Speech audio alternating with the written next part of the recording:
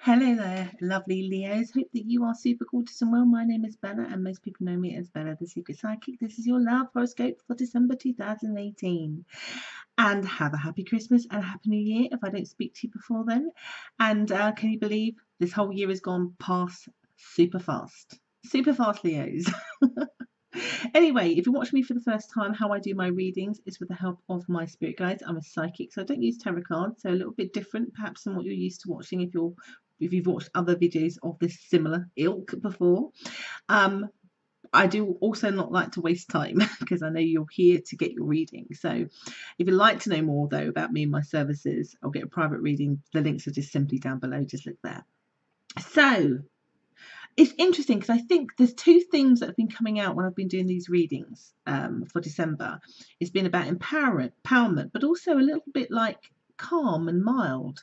There's nothing, I have to say, for Leos in particular, that is dramatic or challenging or difficult in the month of December. So that's important that you know that for all areas of your life. I do get a lot of single-mindedness. I do get a lot of independence in your energy this month. That if you are in a connection, perhaps give mind to that, because if you are too single-minded, the person that you're interested in or is interested in you or that you're having a relationship with might think that you're not in the connection as much, or that you're wanting to do things your way. So just be mindful about that.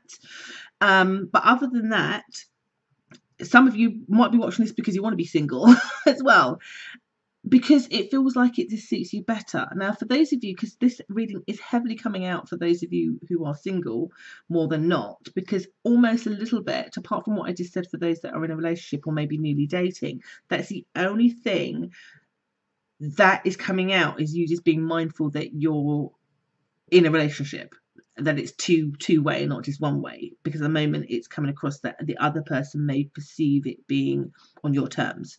So just be aware of the balance. But if you're single, what's coming across is you wondering whether you should take a leap of faith on either being single and almost cognitively deciding you want to do that for months, or whether you go with somebody that you've never really dated before. And I have to say, this energy is coming up as being younger than you. Doesn't matter if you're male or female. This person, there's a younger energy, highly interested in you. Highly. I think that's not the only difference, though. That's one difference that perhaps might be different for you that you normally go for. But there is also another tangible difference. Now, this could be from their skin colour to their religious beliefs to perhaps you've only ever dated, football players or, brunettes. Something is different from your usual type. And the thing is, it does take for you to think about this, because it's almost like if you've always tried the same chocolate cake, how do you know whether another variety is to your liking unless you try it? And so you're considering whether you take a leap of faith. Can this person offer me what I've been missing? I'm going to try a different path for a change. And so just at the end of the year, you've got this kind of other new energy, whether they're younger or not, but this new energy, this different person. So if you're used to going with short hair, you might go with long hair, or whatever it is. There's different enough that you're thinking about it, that you want to see whether it works. Now, I have to say, there is a lot of positivity coming up. So sometimes people look at differences in other people, particularly because it must be so significant that it does make you think, well, if I do that, other people might talk about me, or other people might criticize me, or my family might not approve because maybe they're not the same culture as me. Whatever this is, doesn't really matter, because it feels like they are very, very compatible, but also wanting to offer you commitment.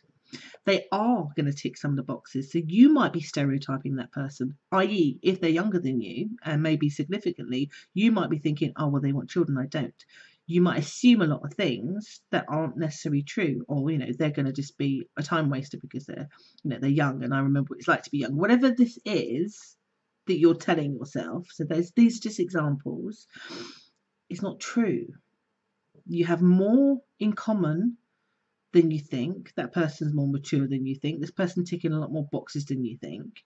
And so therefore, if your choice is to give them a chance versus being single, they would be a good choice, a good risk, a good change. Sometimes, that saying, and I feel like I've said this a lot this last month, sometimes if we want difference in our life, in our romantic lives, romantically, sometimes we have to do things differently. And I think you're choosing a different type of person than you've necessarily dated before. And so I think this person's quite persistent, which is nice because it means they're showing interest. I get here that there is a bit of a pause between you and this person, not because they're ghosting you or anything, but more because of the holidays. And again, because it's so new, I feel here like there's initial talking or initial dating, and then there's a bit of a pause because either this person has to go away or they're spending time around family. You're still in communication, but there's just a little bit of a pause in terms of the progress of you and them seeing each other. But then after that pause, which I think would last no longer than a week, which is like the week of Christmas, let's say, then you're back on track. And I get very, very much that this person really wants to just show you in their best self. They want to offer you something that you haven't had before.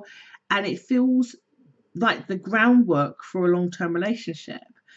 And so those are your choices. It sounds like we'd like it black and white a little bit, that you've got this choice of this highly compatible person, or some Leos will be deciding, actually, I want to be single for a bit. I don't really want to date. I don't want to go for the headache. I don't want to be responsible. I do want to focus on just me.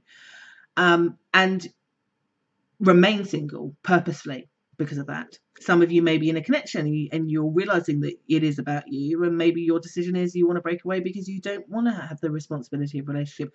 Nothing wrong with that. Just communicate it.